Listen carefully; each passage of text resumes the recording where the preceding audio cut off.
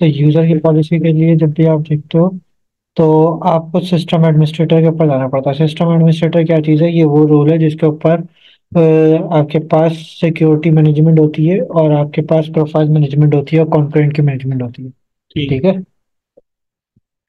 As a user point of view के अंदर इसके अंदर जो ज़्यादातर काम होता है वो एडमिनिस्ट्रेटर का होता है कि यूज़र बनाना, यूज़र को अपडेट करना, यूज़र के ऊपर रिस्पॉन्सिबिलिटी लगाना, यूज़र की प्रोफाइलिंग सेट करना।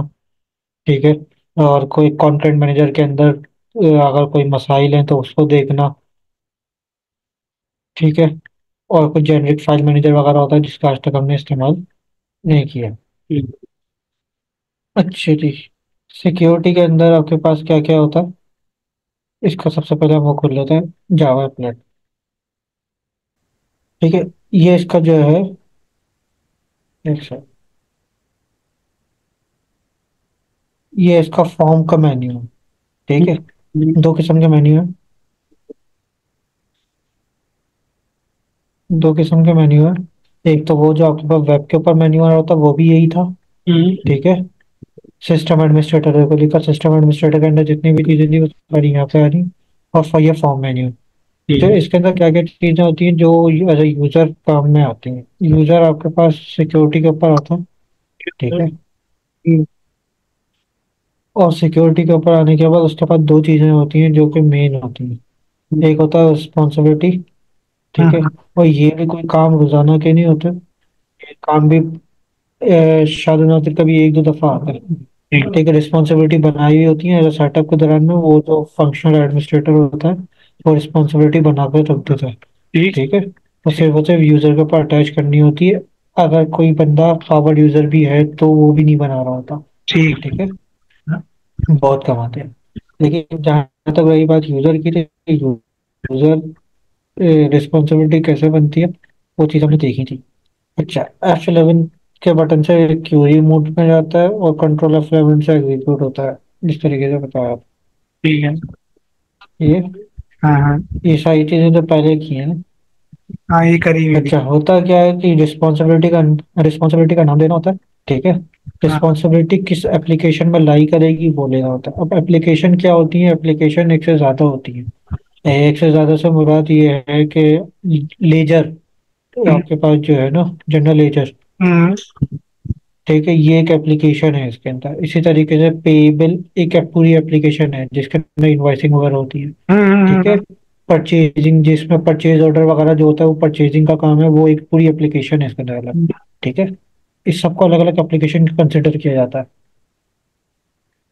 ठीक है। इसी तरीके से फिक्स एसेट, वो पूरा एक अलग मॉड्यूल है, यानी कि एक पूरी एप्लीकेशन उसकी एफए की। ठीक हम्म। है। ऑर्डर मैनेजमेंट की एक पूरी एप्लीकेशन है।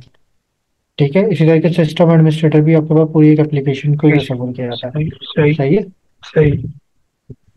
तो ये जो छोटे, ये जो आप मॉड्यूल देख रहे हो, ये दरअसल मॉड्यूल्स नहीं है, पूरी पूरी अलग अलग एप्लीकेशन है। इनके पूरे पूरे स्ट्रक्चर चेंज होते हैं। पूरा पूरा टेबल स्ट्रक्चर बना हुआ होता है इसका। सही है। हम्म।